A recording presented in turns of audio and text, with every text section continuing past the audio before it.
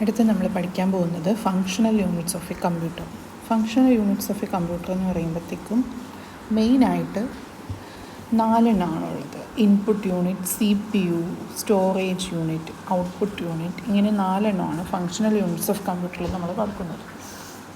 അതായത് നമ്മുടെ കമ്പ്യൂട്ടേഴ്സ് എന്ന് പറയുന്നത് ഡിഫറെൻറ്റ് സൈസിലും ഷേപ്പിലും പെർഫോമൻസിലും ഒക്കെ ഡിഫറെൻ്റ് ആയിരിക്കും.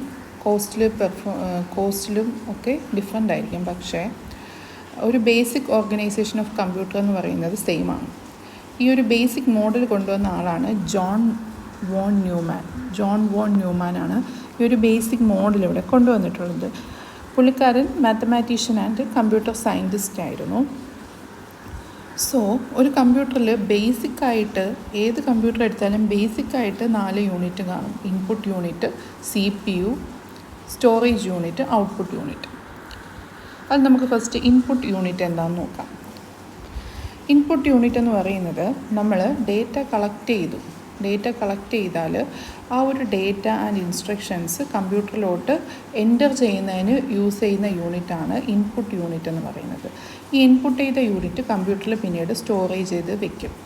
അപ്പോൾ ഇൻപുട്ട്സ് എന്ന് പറയുന്നത് നമുക്ക് ടെക്സ്റ്റ് ഫോമിൽ കൊടുക്കാം, ഇമേജ്, ഓഡിയോ, വീഡിയോ, ഇങ്ങനെ പല ഫോംസിൽ കൊടുക്കാൻ പറ്റും.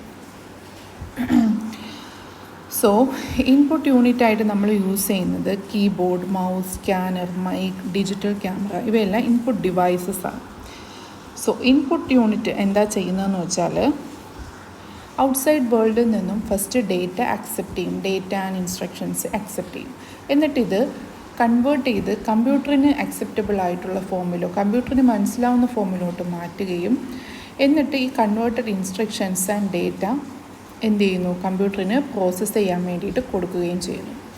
ഫസ്റ്റ് എന്ത് ചെയ്യുന്നു, ഇൻസ്ട്രക്ഷൻസ് ഔട്ട്സൈഡ് വേൾഡിൽ നിന്ന് അക്സെപ്റ്റ് ചെയ്തിട്ട് കമ്പ്യൂട്ടറിന് മനസ്സിലാവുന്ന രീതിയിൽ അതാക്കുകയും എന്നിട്ട് എന്ത് ചെയ്യുന്നു, കമ്പ്യൂട്ടറിന് ആ ഒരു ഇൻസ്ട്രക്ഷൻസ് പ്രോസസ്സ് ചെയ്യാൻ വേണ്ടി കൊടുക്കുകയും ചെയ്യുന്നു. ഇതാണ് ഇൻപുട്ട് യൂണിറ്റ് ചെയ്യുന്നത്.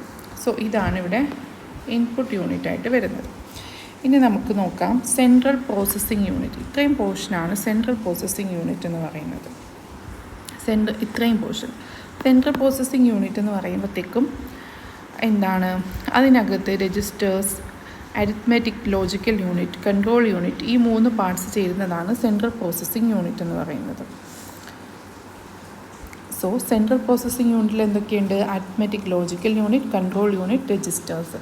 അപ്പോൾ CPU എന്ന് പറയുന്നത് കമ്പ്യൂട്ടറിൻ്റെ ബ്രെയിൻ എന്ന് പറയും. അതായത് നമ്മുടെ ശരീരത്തിൽ നമുക്ക് ബ്രെയിനാണ് എല്ലാ കാര്യങ്ങളും എന്താണ് തീരുമാനിക്കുന്നത്, ഡിസിഷൻസ് ഒക്കെ എടുക്കുന്നത് ബ്രെയിനാണ്. ബ്രെയിൻ പറയുന്ന പോലെയാണ്, ബ്രെയിനാണ് ബാക്കിയുള്ള നമ്മുടെ ബോഡി പാർട്സിനെയൊക്കെ ഫങ്ഷനിങ് ചെയ്യാനുള്ള മെസ്സേജസ് കാര്യങ്ങളെല്ലാം കൊടുക്കുന്നത്. അതുപോലെ കമ്പ്യൂട്ടർ സിസ്റ്റത്തിൽ CPU ആണ് കമ്പ്യൂട്ടറിൻ്റെ ബ്രെയിൻ എന്ന് പറയുന്നത്. ബാക്കി എല്ലാ ഓപ്പറേഷൻസും എല്ലാ യൂണിറ്റ്സും ഒക്കെ ആക്ടിവേറ്റ് ചെയ്യുന്നത് CPU-ലാണ് കമ്പ്യൂട്ടേഷൻസ്, കമ്പാരിസൺസ് ഒക്കെ നടക്കുന്നത്. CPU-ന് 3 പാർട്സാണുള്ളത്. എന്താണ്, arithmetic, logical unit, control unit and registers.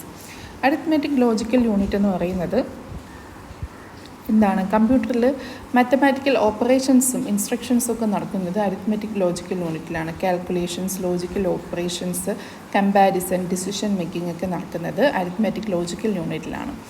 ഇവിടെ ഡേറ്റ ആൻഡ് ഇൻസ്ട്രക്ഷൻസ് ഒക്കെ എന്ത് ചെയ്യുന്നു, സ്റ്റോറേജ് യൂണിറ്റിലോട്ട് ട്രാൻസ്ഫർ ചെയ്യപ്പെടുകയും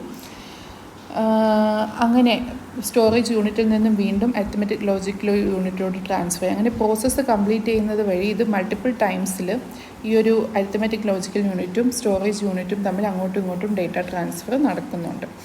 അടുത്തതാണ് കൺട്രോൾ യൂണിറ്റ്. കൺട്രോൾ യൂണിറ്റ് എന്ന് പറയുന്നത് ഓരോ കമ്പ്യൂട്ടറിൻ്റെ പാർട്സിനും ഓരോ ഫങ്ഷനുണ്ട്. അപ്പോൾ ഓരോ പാർട്സും പെർഫോം ചെയ്യേണ്ടത് എപ്പോഴാണെന്നുള്ള ആ ഒരു മെസ്സേജ് കൊടുക്കുന്നത് കൺട്രോൾ യൂണിറ്റാണ്. കൺട്രോൾ യൂണിറ്റാണ് ബാക്കിയുള്ള പാർട്സിനെ എല്ലാം കൂടി കണക്ട് ചെയ്യുന്നതും കോർഡിനേറ്റ് ചെയ്യുന്നതും. വേണ്ട ഇൻസ്ട്രക്ഷൻസും പ്രോഗ്രാംസും ഒക്കെ മെമ്മറിയിൽ സ്റ്റോർ ചെയ്യുന്നത് കൺട്രോൾ യൂണിറ്റ് വേണ്ട രീതിയിലുള്ള ഇൻസ്ട്രക്ഷൻസും കാര്യങ്ങളും കൊടുക്കും ബാക്കിയുള്ള യൂണിറ്റ്സിന് പെർഫോം ചെയ്യാൻ വേണ്ടിയിട്ടുള്ള.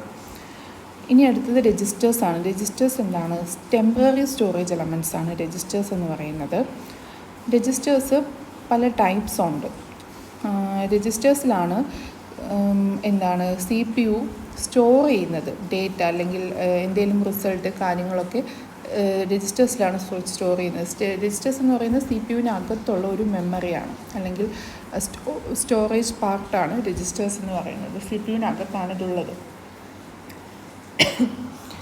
അടുത്ത യൂണിറ്റാണ് സ്റ്റോറേജ് യൂണിറ്റ്. സ്റ്റോറേജ് യൂണിറ്റ് എന്താണ്? പ്രൈമറി സ്റ്റോറേജും ഉണ്ട്, സെക്കൻഡറി സ്റ്റോറേജും ഉണ്ട്. അതായത് ഡേറ്റ സ്റ്റോർ ചെയ്ത് വയ്ക്കാൻ വേണ്ടിയിട്ട് നമ്മൾ യൂസ് ചെയ്യുന്ന യൂണിറ്റാണ് സ്റ്റോറേജ് യൂണിറ്റ് എന്ന് പറയുന്നത്. ഇപ്പം നമ്മുടെ ഇൻഫർമേഷൻ അല്ലെങ്കിൽ പലതരത്തിലുള്ള സ്റ്റോറേജാണ്, പലതരത്തിലുള്ള ഇൻഫർമേഷനാണ് ഇവിടെ സ്റ്റോർ ചെയ്യുന്നത്. ഫസ്റ്റ് ഇൻപുട്ട്, നമ്മൾ കൊടുക്കുന്ന ഇൻപുട്ട് സ്റ്റോർ ചെയ്ത് വയ്ക്കുന്നുണ്ട്, ഇമ്മീഡിയറ്റ് റിസൾട്ട് സ്റ്റോർ ചെയ്ത് വയ്ക്കുന്നുണ്ട്, ഔട്ട്പുട്ട് സ്റ്റോർ ചെയ്ത് വയ്ക്കുന്നുണ്ട്. ഇത്രയാണ് സ്റ്റോറേജ് യൂണിറ്റ് ചെയ്യുന്നത്. അതെന്താണ്? മേജറായിട്ട് സ്റ്റോറേജ് യൂണിറ്റിൻ്റെ ഫങ്ഷൻസ് എന്ന് പറയുന്നത് data and instruction required for processing. First പ്രോസസ്സിങ്ങിന് വേണ്ട ഡേറ്റ ആൻഡ് ഇൻസ്ട്രക്ഷൻസ് എന്ത് ചെയ്യുന്നു? സ്റ്റോർ ചെയ്ത് വയ്ക്കുന്നു. അത് കഴിഞ്ഞിട്ടുള്ളത് ഇൻ്റർമീഡിയറ്റ് റിസൾട്ടാണ്. ഇൻ്റർമീഡിയറ്റ് റിസൾട്ട് എന്ന് പറയുമ്പോഴത്തേക്കും ഫൈനൽ റിസൾട്ട് ആകാത്ത എന്നാൽ CPU-ൽ സ്റ്റോർ ചെയ്ത് വെക്കേണ്ട അപ്പോഴപ്പോഴായിട്ടുള്ള റിസൾട്ട് സ്റ്റോർ ചെയ്ത് വെക്കുന്നത് സ്റ്റോറേജ് യൂണിറ്റിലാണ്. അവസാനം ഫൈനൽ റിസൾട്ട്, ഫൈനൽ ഔട്ട്പുട്ട് നമുക്ക് കിട്ടുമല്ലോ, അതെല്ലാം സ്റ്റോർ ചെയ്ത് വെക്കുന്നതും സ്റ്റോറേജ് യൂണിറ്റിലാണ്. ഇനി സ്റ്റോറേജ് യൂണിറ്റിനെ രണ്ടായിട്ട് ക്ലാസിഫൈ ചെയ്യുന്നുണ്ട്: പ്രൈമറി സ്റ്റോറേജ്, സെക്കൻഡറി സ്റ്റോറേജ്. എന്താണ് പ്രൈമറി സ്റ്റോറേജ്? പ്രൈമറി സ്റ്റോറേജിലാണ് നമ്മുടെ റോം ഒക്കെ വരുന്നത്. Random access memory, read only memory, ഇതൊക്കെ വരുന്നത് പ്രൈമറി സ്റ്റോറേജിലാണ്. പ്രൈമറി സ്റ്റോറേജിൽ റാം എടുത്ത് നോക്കുകയാണെങ്കിൽ റാം എന്ത് ചെയ്യുന്നു? ഇൻസ്ട്രക്ഷൻസ്, ഡേറ്റ, ഇമ്മീഡിയറ്റ് റിസൾട്ട് എല്ലാം സ്റ്റോർ ചെയ്ത് വയ്ക്കുന്നുണ്ട്. ഈ റാമും ക്രോമും ഒക്കെ CPU-ന് പുറത്താണ് കേട്ടോ. ഇനി റീസെൻ്റ്ലി പ്രൊഡ്യൂസ്ഡ് റിസൾട്ട് ഇതെല്ലാം സ്റ്റോർ ചെയ്ത് വയ്ക്കുന്നത് പ്രൈമറി സ്റ്റോറേജിലാണ്. പക്ഷേ റോം എന്താ ചെയ്യുന്നത്? സ്റ്റാർട്ടപ്പ് പ്രൊസീജിയറിന് വേണ്ടിയിട്ടുള്ള ഇൻസ്ട്രക്ഷൻസാണ് റോം സ്റ്റോർ ചെയ്ത് വയ്ക്കുന്നത്. അതായത് CPU-ന് ഡയറക്റ്റ്ലി ആക്സസ് ചെയ്യാൻ പറ്റുന്ന സ്റ്റോറേജ് യൂണിറ്റ്സാണ് പ്രൈമറി സ്റ്റോറേജ് എന്ന് പറയുന്നത്. വെരി ഹൈ സ്പീഡാണ് ഇതിനുള്ളത്, പക്ഷേ ഹൈലി കോസ്റ്റ്ലിയാണ്. സ്റ്റോറേജ് സ്പേസ് വളരെ കുറവായിരിക്കും പ്രൈമറി സ്റ്റോറേജിന്.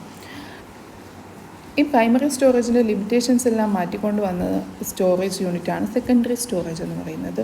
ഇതിന് ഹ്യൂജ് സ്റ്റോറേജ് കപ്പാസിറ്റിയാണ്. ആൻഡ് സ്റ്റോറേജ് എന്ന് പറയുന്നത് പെർമനൻ്റ് ആയിരിക്കും. എന്താണ്? ഡേറ്റ, പ്രോഗ്രാംസ്, ഇൻഫർമേഷൻ, ഇതെല്ലാം സെക്കൻഡറി സ്റ്റോറേജ് യൂണിറ്റിൽ സ്റ്റോർ ചെയ്ത് വയ്ക്കുന്നുണ്ട്.